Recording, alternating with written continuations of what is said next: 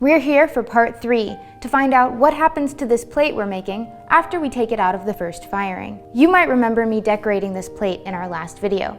I decorated it when it was in a state that we call greenware, meaning that it was air-dried clay that had not been fired yet. This plate has already been fired once. It is now what we call bisqueware, meaning that it's hard and permanent, but it's not yet waterproof, so this is not a completed piece. I will be applying a transparent glaze on top of the painting, like on this plate. That way you can see the painting through the glaze, but it still allows the pores of the clay to be sealed and watertight so that you can put food on the plate.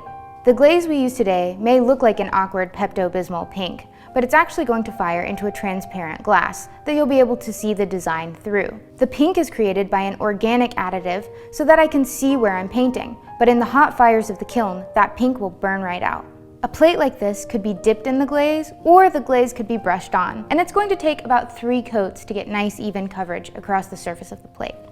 Historically, potters would be making their glazes from glassy ingredients from the earth that they would then grind to a powder, mix with water into a paint, and apply on top of their pots so that it could melt into a very fine layer of glass. The predominant ingredient that our potters in Salem used historically was flint. Flint is very high in a mineral called silica.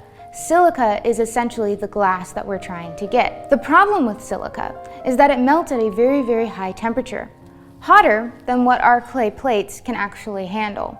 So because of that, the historical potters here in Salem had to mix in another ingredient to make things melt at the temperature range that they wanted. That ingredient was lead. Today we have modern alternatives we can use that still allow the silica to melt at our firing range, but are more food safe. You may have noticed that I'm not glazing the underside of my plate. That's because there's no food here, that surface doesn't need to be waterproof.